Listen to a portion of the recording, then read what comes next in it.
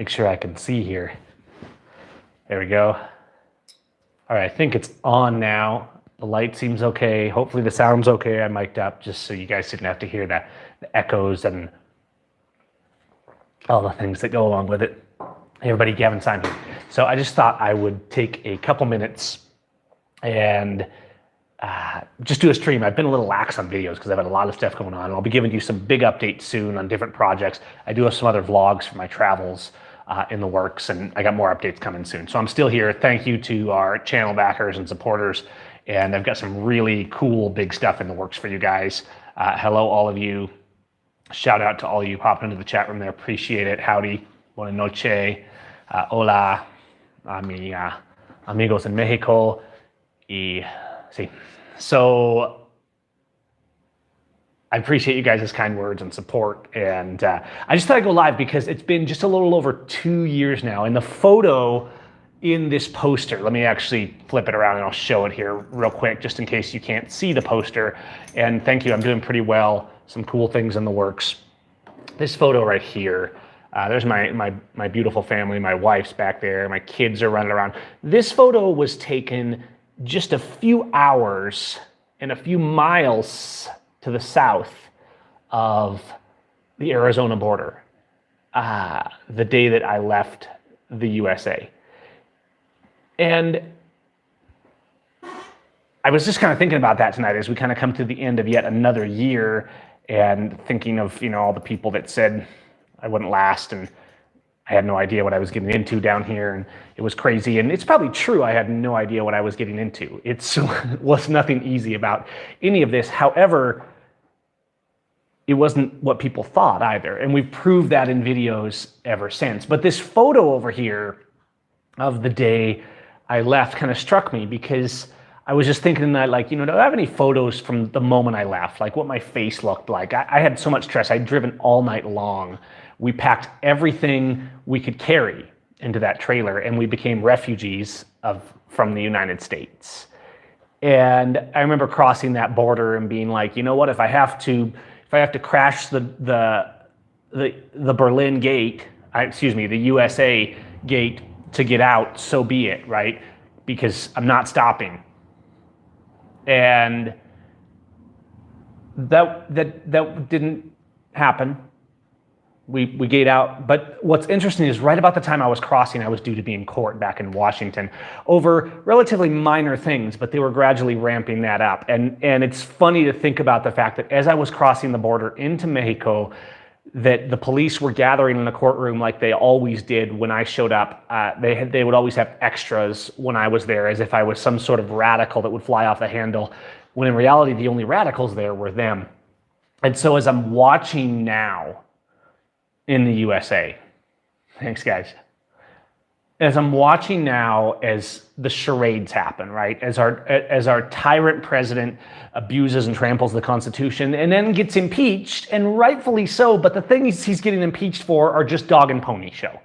The things that the impeachment about and the people impeaching him for the most part are every bit as big of criminals as he is. And the funny thing is when they impeach each other, they're not getting impeached for their real crimes, right? They're crimes against humanity. They're crimes against the Constitution. They're crimes against our rights. They're getting impeached for some political charade. But I've watched, people thought I was mad to leave with me and my family. My brother left too, and after that, and so there's quite a few of us down here now. And I look back and I keep seeing my friends, my neighbors, just my countrymen be killed or imprisoned. I keep seeing people dividing on faction politics and thinking delusionally that the politicians will save them. I keep seeing the people that called themselves patriots and that once stood beside me wave the banners of their parties and their faction, selling their children into chains, while they say how great we are and how amazing it is, and while they mock the idea of the rule of law, while they shake hands with the very oppressors that are kicking in their doors and dragging them to the camps. As they cheer the politicians on the left and on the right. And I've watched the USA even since I left, with sadness, I've watched the people die, I've watched them go to prison, and I've watched people keep pretending. And that's really sad. But there is some Christmas cheer in here, because as we see all these charades go on, there's bits of hope here and there. If we love our neighbor, if we stand up, if we resist, if we try to be righteous and do good. And as I watch people delusionally deceive themselves, much like the people of Germany in 1933, much like the people in the falling regimes throughout history, as I've watched people that once stood beside me raging against the tyranny, but then immediately flipped as soon as the party they liked was in power, even though the corruption didn't change an iota. And as I watched that, hey, everybody in there, appreciate it. As I've watched all this go down, I've just, despite the hardship of becoming a refugee, I've thought, man, I don't regret it. I can't say how many times, like when I left, I'm like, was this a terrible idea? Did I go too far? And then I'd look back at the smoking husk that people still think is a mansion and be like, yeah, it's good. It's good. Because at least, like, it may not go perfect wherever I end up, but at least if I go somewhere and I fail and I die, at least I did so trying. I've watched all of this and thought, I'm thankful to God for protecting us. I'm thankful to my wife and my family for standing by me. I'm thankful to people who are waking up and get it, and also who are leaving or who are doing the best they can with what they have there to help and love their neighbor. And I appreciate those people. And I've looked at the people who have called me names and called me a coward for doing what they're afraid to do. Called me a coward and a traitor because I said, no, I won't bow down anymore. I've looked back and watched over 2 years people calling me a coward for having the strength to say no. And I forgive them too, because their day's coming. And hopefully they'll wake up and get out. See, I don't think oftentimes we have the right perspective. We always want our enemies to suffer. We always want vengeance. And I remember, like, when I was young and my dad would read me the Bible and we'd be talking about loving your enemies and all this stuff. And it makes so much more sense now, because the bitterness of just wanting vengeance. I want the police to be stopped. I want blue ISIS stopped. I want our government to be torn down. But the goal is not vengeance, because there's no freedom in vengeance. And I see it all the time in people I know that kind of get it, but they just want vengeance. And I'm like, bro, the French Revolution didn't work. Lobbing off heads didn't work. When you become the lynch mob, you become them. Now, don't get me wrong. I'm not being like some super pacifist here. I want peace and tranquility, but I'm not saying don't stand up, don't resist. That's never been my message. But I'm saying do it with as much peace and love as possible. Even when I did activism in the States, everybody would always say I hated the cops. But at the end of the day, I just didn't. When I saw them on the streets, if I wasn't having an interaction, they were just human beings. They were criminals, but they were still human beings. And I think it's really important we remember that as the country crumbles. The USA is huge. It's the empire. It's Rome. And the empire takes longer to fall. If you look at Latin America, Bolivia, the US is interfering in there. Bolivia is upside down. Venezuela is upside down. Chile, although largely, I would say it's historically a pretty good place, is really struggling and on the brink of revolt. When Latin America is in revolt, it's a little bit different sometimes, because people here will actually stand up. So in the US, they always portray on the news that it's a horrible place down here and everything's coming unglued. But what you have to understand is that while there are areas that are really bad, I mean, socialism and corruption destroyed Venezuela. It was the pearl of Latin America. It was the wealthy. It was the amazing place that everyone wanted to go. And now people are starving on the streets. And the USA is going down that same path because, of course, the USA is a socialist nation almost more than any Latin American country. But we do it in the name of freedom, of capitalism, and we divide. We keep everybody distracted from seeing that. We keep the factions at each other's throats, the factions that say we want justice, but really we just keep them fighting with each other and electing one party and then the other party. Have you ever noticed? I was thinking with this whole impeachment thing, like, okay, Trump gets impeached. We don't need to do a long video about that because Trump's a criminal and he's a tyrant and he's a psycho. And he's waging war on the Constitution, just like I warned in early 2016. And he's continuing to do it. He's trying to put patriots in prison. He's trying to put natives in prison. He's trying to empower the police state. Take the guns first, due process later, right? That's my favorite response when everybody's like, what are you talking about? Trump is draining the swamp and defending us. And I'm like, take the guns first, due process later, guys. It's just one straw in the pile of his crimes. Of course, that's not what he's being charged for. But what I was thinking about is you look and, okay, it's always the dog and pony show, right? Ask yourself what's going on behind the scenes in US politics right now with this dog and pony show. Because Trump's not actually going to get removed, right? People are like, most people don't even know what impeachment is. And impeachment is just an indictment. He's been indicted by the House, which is a left minority.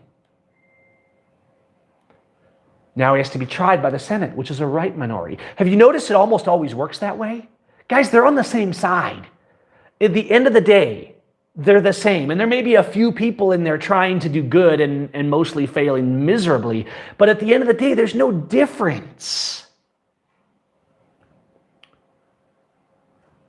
The Congress has a minority. The Senate has a minority.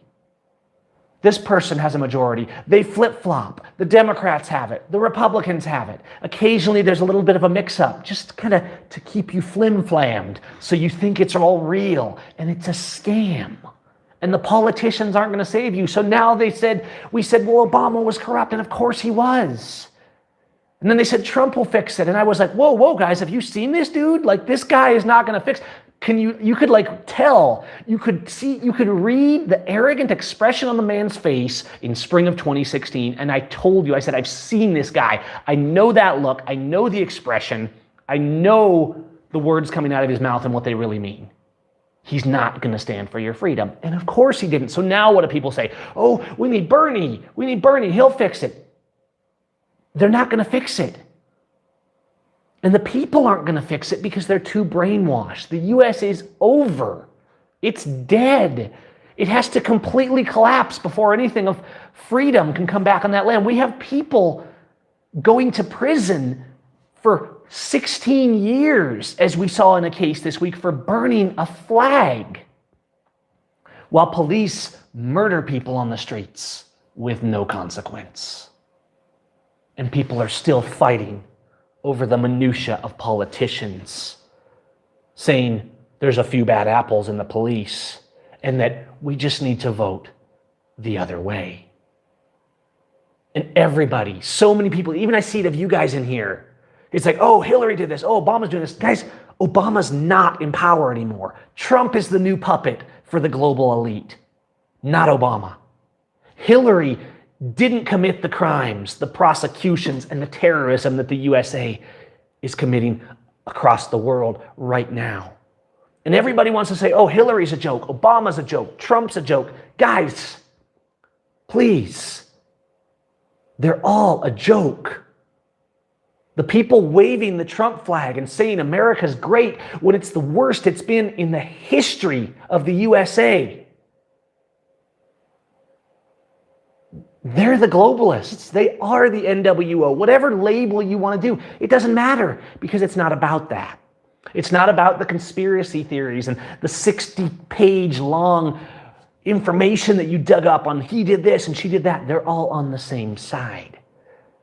And when I left, and this 2 years of being gone and looking back over my shoulder at the bonfire that is my country, while it's sad, it's also very enlightening because you realize what a sham it is. Once you get out, it's not that politicians aren't corrupt everywhere else in the world. It's not that they're not corrupt in Mexico or that it's perfect, though there is vastly more freedom because people don't tolerate as much from their politicians and their police.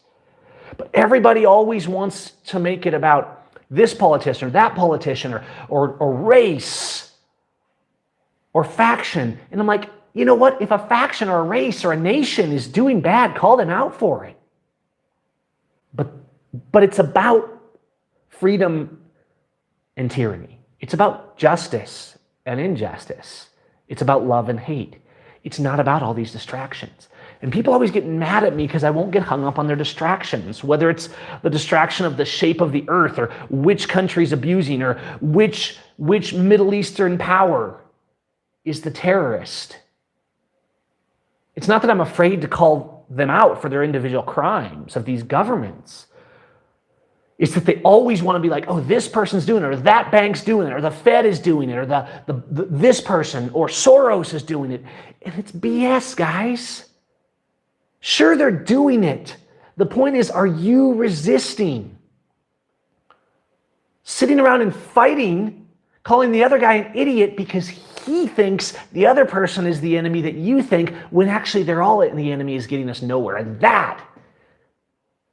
that's why I left, because I realized there's no stand in the USA. There's only distraction and division. There's no fight. No one was going to show up with me when they tried to drag me away. And they were going to. And no one's going to show up with you other than maybe your closest compadres. But it's not enough to resist. See, if you have 1,000 people show up at a courtroom and they say, no, you're not going to do this, it doesn't happen. If you have 1 million people show up at the White House and they say, you're leaving, all of you, that's what's going to happen. But that doesn't happen in a place like the USA because they've already won the minds. They've already enslaved the minds of the people on either this side or that side of the fence, but it's really all the same. They've enslaved the minds of the people with an illusion that each other are the enemy to fight and not them. And that is brilliant and evil and devious. And that's why the US is not coming back. See, when I look at other countries, and it's not just Mexico that has vastly more freedom, the USA is one of the most fascist nations on earth. There's various options. But when I go to other places, I see ignorance, I see hate, I see division, but it's different. It's nothing. It's not perfected. The propaganda, the brainwashing in the schools, the ignorance, absolute and complete, has not been perfected like the USA has. They're the masters of lies. And so I think once you realize that, once we understand that, once you step outside of that, but it's difficult to do. You can do it to a degree, but it's difficult to do until you get out and can be on the outside of the prison looking in. And I highly recommend that this next year you guys all find a way to do that. The USA is going down. Now, how soon it's going to be, how bad it's going to get, how soon, what will happen after our government collapses eventually, and how long that'll take because we're willing to be so violent, steal so much money, and use so many resources to maintain that tyranny. Who knows? But it is going. And even if it's just for a while to get out to get perspective, see what's really going on, right? Don't think it's enough that you're waking up and you see it, right? I'm not saying you don't. I'm not saying you don't. Don't think it's enough. Don't think it's enough that Epstein didn't kill himself, because someone else is going to not kill themselves also. The charades will just keep coming. And even when you get it, when you're in the middle of the charades and the mirages are all around, sometimes it's difficult. Sometimes it's difficult to see the forest for the trees. So I'm just saying, think about that. But overall, I just wanted to do a quick live stream, a quick update, let you guys know I'm here, talk about kind of my story. But I have a lot more to my story that you guys have not heard that's been developing over these recent years, and I'm working on some videos that are gonna, well, let's just say the trolls are gonna blow a gasket with some of the stuff that I have coming, and it's gonna be interesting. But I think also I became a refugee from the United States of America, and while that may not be the path for everyone, leaving is a viable path, and it's something to be considered. Because when you live in Berlin and the wall's going up, excuse me, you should be thinking how to get on the other side of it before it's finished. That's just historical common sense. But I'm going to be doing some more videos in 2020, not just talking about it, but I'm going to show you how to escape. Don't be taken by the charades. Guys, I appreciate it.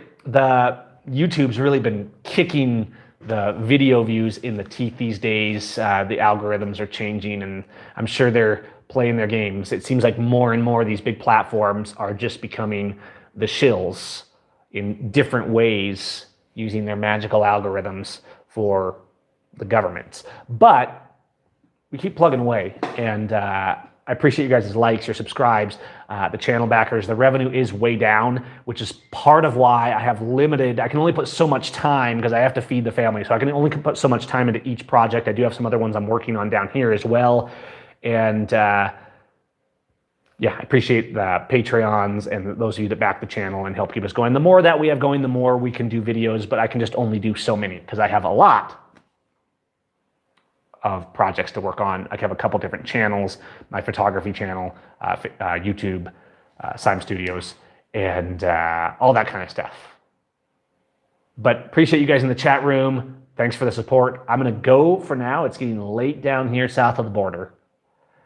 Yeah, be peace, love your neighbor. Resist blue ISIS, and have a Merry Christmas. Take care. Thanks, guys. I appreciate it. I appreciate you you guys that stick with me. I really do. So thank you all. My family thanks you as well. Keep the prisoners in your prayers and in your support, and speaking their name, like Jeff Winehouse and Schaefer Cox and James Hamilton and Leonard Peltier, and the list goes on and on. I wish I could name them all, but I'd literally be here all year. Speak.